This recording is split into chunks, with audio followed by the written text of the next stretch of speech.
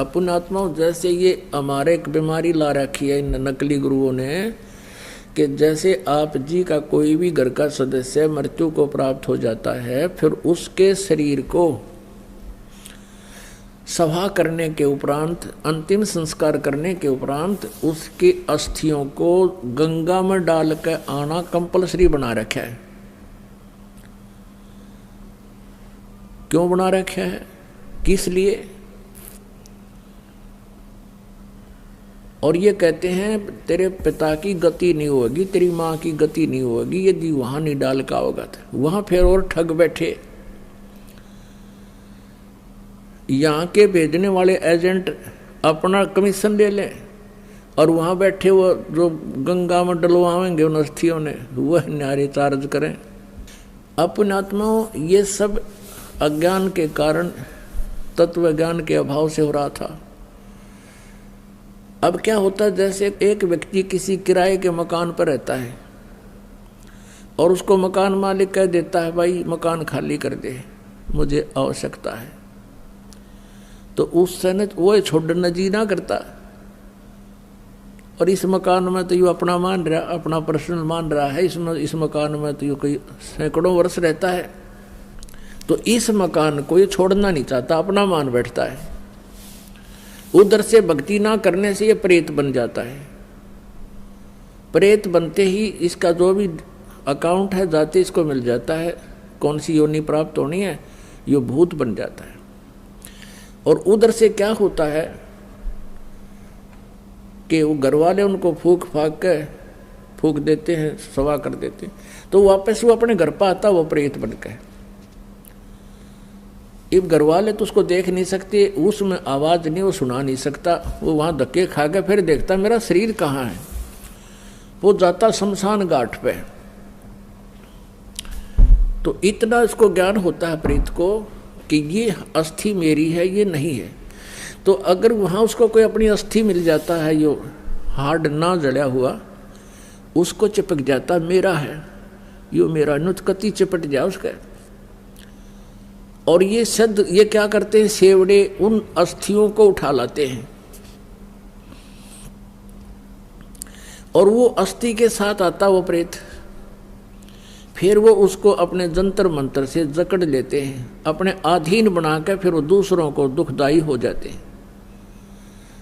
तो इस कारण से इसका उन्होंने निपटारा करवाने के लिए इन नकलियों ने ये सोचा कि भाई इन अस्थियां न उठाकर तुम वहां डालो, ऐसे गहरे जल में डाल दो जहां ये पितर प्रेत बनकर आवे तो उसका हाथ ना लगे, वो चपका नहीं और वापस तुम्हारे घर ना आ जावे, आसपास भी ना रहे। उनका उद्देश्य तो ये था। अब उससे क्या समाधान हो गया, वो तो बनना था वो बन चुका है, प्रेत बनना था या कोई पशु पक्षी बनना था वो तो बन चुका है अपने पूर्व संस्कार से। अब वो नकीते ठाकर डालने जाओ, प्रेत वो बन ही चुका है। तो ऐसी हमारी ऐसी वृत्ति है इस जीव की, उसी आधार से सुखदेव वाली आत्मा का संस्कार ऐसा था कि उसने गंदे अंडे में ही ऐसे उसका अंडा नष्ट हो गया और उसका वो चिपका रहा, अपना जान के मेरा है मेरा है। यह वृत्ति है हमारी। अपन आत्मा जैसे बच्चा गर्भ में आते ही माता को अपनापन हो जाता है और किसी कारण से वो गर्भपात हो जाता है तो बहुत रोती है कि मेरा था मेरा था। ऐसे ही उस अंडे को गंदा होने पर भी उसने अपना मान रखा था, चिपका बैठी थी आत्मा मेरे, उसका संस्कार ऐसा था। और ये सारा कुछ जो होता है पूर्व निर्धारित संस्कारों से ही होता है। जो पार्वती जी को मंत्र मिला ये भी पूर्व संस्कार थे इसके और पूर्व निर्धारित था। अब केवल कबीर परमेश्वर ही उसको परिवर्तन कर सकता है और किसी पर परिवर्तन नहीं होना। तो ये सारा कुछ हुआ तो पूर्व संस्कार से, लेकिन घटना ऐसे घटी हो तो वो अंडे को जो चिपका में बैठा था वो सुखदेव वाली आत्मा, इसी प्रकार जो ये अस्थियां उठाने की बीमारी लगाई इन लोगों ने इस उद्देश्य से लाई कि जब जय उल्टा आ गया तो वहां शमशान घाट पर बैठा रहेगा।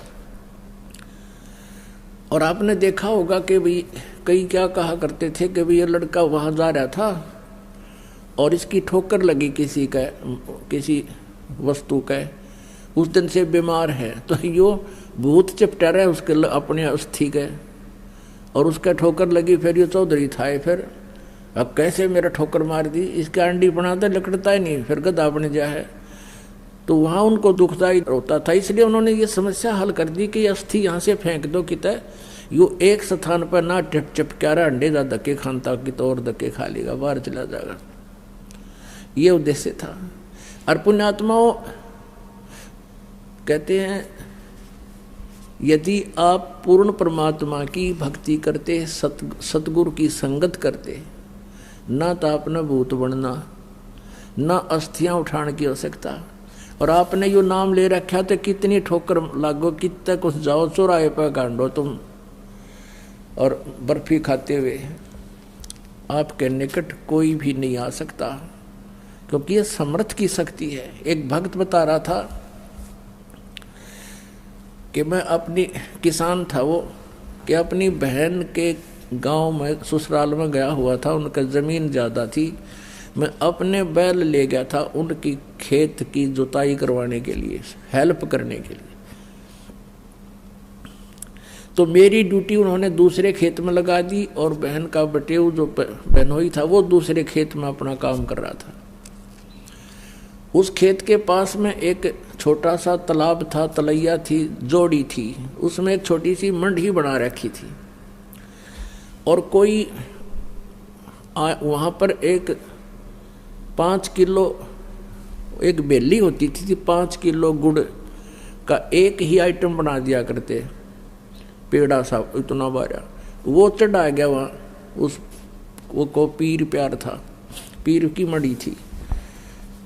वो कहने लगा मैं बैलों को पानी पिलाने के लिए जब उस गया वहाँ तालाब में, तो मैंने देखा इतना गुड़ दरा बहुत सुंदर, मैंने वो उठा लिया, कुछ तो आप खाया, कुछ कूट छेद के बैलों को खिला दिया, चारे में डाल दिया। और नाम मैंने ले ही रखा था परमेश्वर कबीर जी का, आपके परमात्मा की शरण में आ चुका था।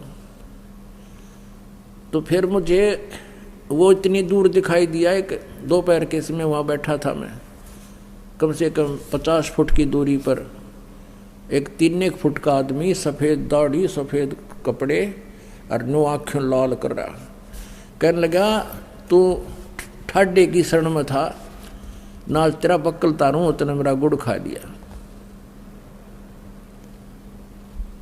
तो तगड़े की शरण में था इसलिए बच गया, ना तेरा बक्कल तारूं, तने मेरा गुड़ खा लिया। ये भूत बेटी के बाप खावे कुत्ते, उनको भी यही आभास है कि मेरा है, बस दर्द दिहाड़े मेरा हो गया भी हो। तो पुण्यात्माओं, आप समर्थ की शरण आ चुके हो, ये तो आपका असर करें को नहीं।